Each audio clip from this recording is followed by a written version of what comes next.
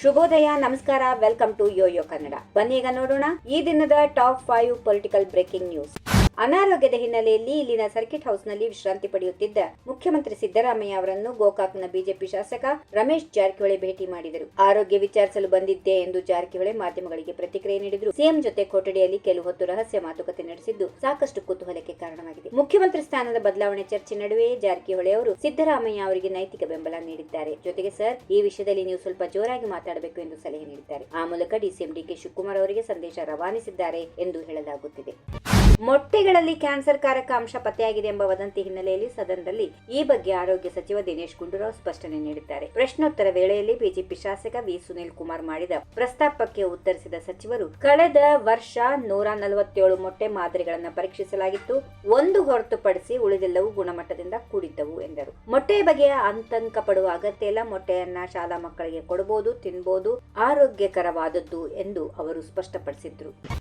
ಗೃಹಲಕ್ಷ್ಮಿ ಯೋಜನೆಯಡಿ ಫೆಬ್ರವರಿ-ಮಾರ್ಚ್ ತಿಂಗಳ ಹಣ ಫಲಾನುಭವಿಗಳಿಗೆ ಹಾಕಿಲ್ಲ. ಈ ಮೂಲಕ ಮಹಿಳೆಯರಿಗೆ ಮೋಸ ಮಾಡಲಾಗಿದೆ ಎಂದು ಆರೋಪಿಸಿರುವ ವಿಧಾನ ಪರಿಷತ್ ಸದಸ್ಯ ಸಿಟಿ ರವಿ ಕುರಿತು ನ್ಯಾಯಾಂಗ ತನಿಖೆ ಆಗಲಿ ಎಂದು ಆಗ್ರಹಿಸಿದರು. ಈ ಕುರಿತು ಮಾತಾಡಿದ ಎಂಎಲ್ಸಿ ಸಿಟಿ ರವಿ, ಫಲಾನುಭವಿಗಳಿಗೆ ಫೆಬ್ರವರಿ-ಮಾರ್ಚ್ ತಿಂಗಳ ಹಣ ಬಂದಿಲ್ಲ ಅಂತ ದೂರು ಬಂದಿದೆ. ಈ ದೂರಿನ ಸತ್ಯಾಸತ್ಯತೆ ಬಗ್ಗೆ ನ್ಯಾಯಾಂಗ ತನಿಖೆ ಆಗಲಿ. ನಮ್ಮ ಶಾಸಕ ಸುಳ್ಳು ಹೇಳುತ್ತಿದ್ದಾರೋ ಅಥವಾ ಸಚಿವರು ಸುಳ್ಳು ಹೇಳುತ್ತಿದ್ದಾರೋ ಎಂಬುದು ನ್ಯಾಯಾಂಗ ತನಿಖೆ ಆದರೆ ಗೊತ್ತಾಗುತ್ತೆ ಎಂದರು. ಮುಂದಿನ ದಿನಗಳಲ್ಲಿ ಜೆಡಿಎಸ್ಗೆ ಒಳ್ಳೆಯ ಕಾಲ ಬರುತ್ತದೆ. ಅಲ್ಲಿಯವರೆಗೆ ಕಾರ್ಯಕರ್ತರು ಎದೆಗುಂದಬಾರದು ಎಂದು ಕೇಂದ್ರ ಸಚಿವ ಎಚ್.ಡಿ. ಕುಮಾರಸ್ವಾಮಿ ತಿಳಿಸಿದರು. ಮನ್ಮೂಲ್ ಮಾಜಿ ನಿರ್ದೇಶಕಿ ರೂಪಾ ಕುಮಾರಸ್ವಾಮಿ ಅವರಿಗೆ ಬೆಲ್ಲದ ಅರತಿ ಬೆಳಗ್ಗೆ ಹುಟ್ಟುಹಬ್ಬದ ಶುಭಾಶಯಗಳನ್ನು ಕೋರಿದರು. ನಂತರ ಜೆಡಿಎಸ್ ಕಾರ್ಯಕರ್ತರಿಗೆ ಅಭಯ ನೀಡಿದ ಕುಮಾರಸ್ವಾಮಿ, ಪಕ್ಷಕ್ಕೆ ಮುಂದಿನ ದಿನಗಳಲ್ಲಿ ಉತ್ತಮ ಫಲ ಸಿಗುತ್ತದೆ, ಕಾರ್ಯಕರ್ತರು ಸಂಘಟನೆಯಲ್ಲಿ ತೊಡಗಬೇಕು ಎಂದು ಸಲಹೆ ನೀಡಿದರು.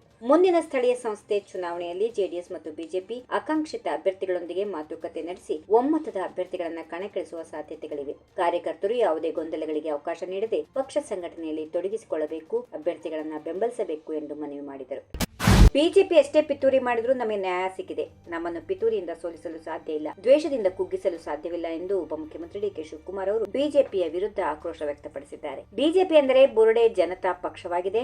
ಸೋನಿಯಾ ಗಾಂಧಿ ಹಾಗೂ ರಾಹುಲ್ ಗಾಂಧಿ ಅವರನ್ನು ಜೈಲಿಗೆ ಹಾಕಲು ಪಿತೂರಿ ಮಾಡಲಾಗಿದೆ. ಈ ದ್ವೇಷ ರಾಜಕಾರಣ ಇಲ್ಲಿಗೆ ಕೊನೆಯಾಗಬೇಕು. ನಮ್ಮನ್ನು ಪಿತೂರಿಯಿಂದ ಸೋಲಿಸಲು ಸಾಧ್ಯ ಇಲ್ಲ, ದ್ವೇಷದಿಂದ ಕುಗ್ಗಿಸಲು ಸಾಧ್ಯ ಇಲ್ಲ ಎಂದು ಉಪಮುಖ್ಯಮಂತ್ರಿ ಡಿಕೆ ಶಿವಕುಮಾರ್ ಅವರು ಬಿಜೆಪಿಯ ವಿರುದ್ಧ ಆಕ್ರೋಶ ವ್ಯಕ್ತಪಡಿಸಿದ್ದಾರೆ. ಈ ವಿಡಿಯೋ ನಿಮಗೆ ಇಷ್ಟವಾದಲ್ಲಿ ಲೈಕ್ ಮಾಡಿ, ಶೇರ್ ಮಾಡಿ, ಸಬ್ಸ್ಕ್ರೈಬ್ ಮಾಡಿ.